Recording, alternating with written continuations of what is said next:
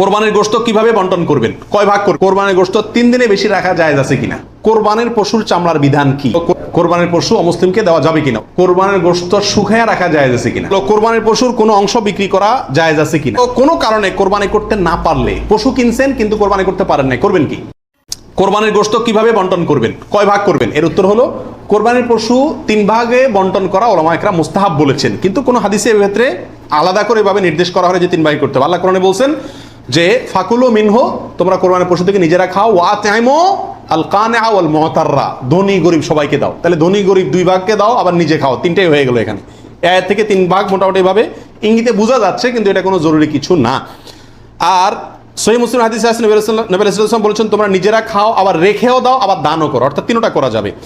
আবার সহিহ মুসলিমের আরেক বর্ণনায় আছে তোমরা খাও এবং মানুষকে খাওয়াও।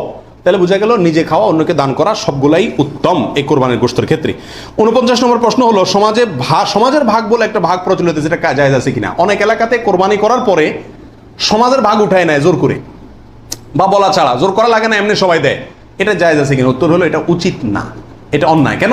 কারণ আমরা 5 জন মিলে একটা গরুতে অংশগ্রহণ করলাম, দিলাম, এখন সমাজে 1 ভাগ নিয়ে তাদের মতো গরিবকেই দিল তারা, কিন্তু আমার হয়তো অন্য গরিব আছে, আত্মীয় স্বজন, আমি তাদেরকে দেবো, কিন্তু তারা তো তাদের মতো দিচ্ছে। এটা উচিত না। আমার গোশতটা আমি কি করবো না করবো সম্পূর্ণ আমাকে স্বাধীনতা দিয়েছে ইসলাম, বিধায় সেখানে এরকম অঘোষিতভাবে চাঁদাবাজি বা হয়তো অনেকে সন্তুষ্ট হয়ে দেয়, কিন্তু কারোর মনে অসন্তুষ্ট থাকতে পারে। যদি থাকে তাহলে এটা জটিলতা দেখা দিবে। এই জন্য কি হবে না, এটা উচিত হবে না। যার যারটা তাকে ভাগ করতে দেওয়া উচিত এবং উত্তম।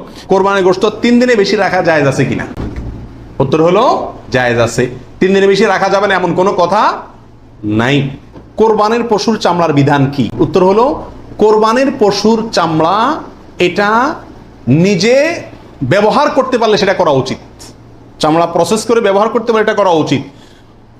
কোথাও কোথাও মানুষ খায়, যদি খাইতে পারেন চামড়া পরিষ্কার করে, সেটাও আপনার জন্য ঠিক আছে। কিন্তু কোরবানির পশুর চামড়া বিক্রি করা হয় আমাদের দেশে বেশিরভাগ ক্ষেত্রে, এই কাজটা অনুত্তম কাজ, অনুচিত কাজ। কেন? কারণ কোরবানির গোশত এটাও বিক্রি করে আপনি টাকাটা দানই করে দিলেন, কিন্তু এটা উচিত না, বিক্রি করবেন না। আপনি হয় সরাসরি গোশত দিবেন, না নিজে খাবেন, দুটার একটা।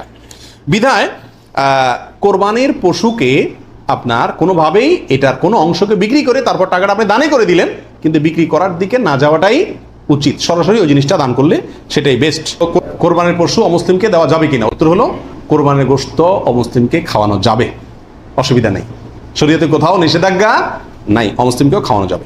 কোরবানির গোশত শুকায়া রাখা জায়েজ আছে কিনা? যে এলাকায় ফ্রিজ নাই তারা শুকায়া রাখতে পারবে কিনা? অনেকে বলেন আমাদের দেশে যে কোরবানির গোশত কি কারণ যায় না, শুটকি বানানো যায় না, এতে গরুর কষ্ট হয়, পশুর কষ্ট হয় বা গুনাহ হয়। এগুলা মন গড়া কথাবার্তা, এটা সঠিক নয়। বরং যে কোনোভাবে আপনি চাইলে কি করতে পারবেন, গোশত রাখতে পারবেন। আল্লাহ সুবহানাহু ওয়া তাআলা আমাদের সবাইকে বিশুদ্ধ রূপে সঠিকভাবে কোরবানি করার তৌফিক দান করুন। কোরবানির পশুর কোনো অংশ বিক্রি করা জায়েজ আছে কিনা? চামড়ার ক্ষেত্রে এই কথা চলে আসছে অনেকাংশে, তাও পৃথক করে বলতে হয় যে না, কোরবানির পশুর গোশত, হাড্ডি, বুড়ি কোনো কিছু বিক্রি করা যিনি কোরবানি করছেন তার জন্য জায়েজ নাই, উচিত নাই।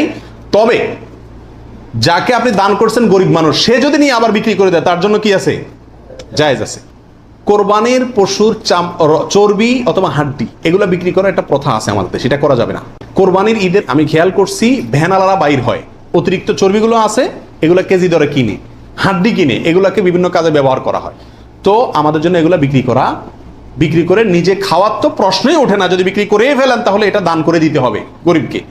আর বিক্রি না করে ওইটা হয় এমনি আল্লাহর রাস্তায় কাউকে দিয়ে দিবেন, আর না হলে নিজে খাবেন, ব্যবহার করবেন, বিক্রি করবেন না।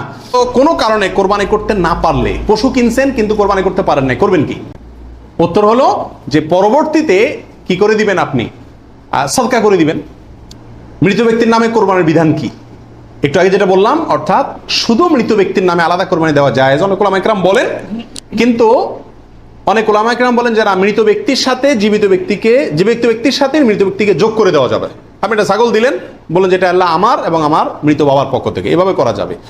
আর নবী আলাইহিস সালাম একটি ছাগল তার পুরো উম্মতের পক্ষ থেকে দিয়েছেন, জীবিত মৃত সবাই মোটামুটি এর ভিতরে শামিল।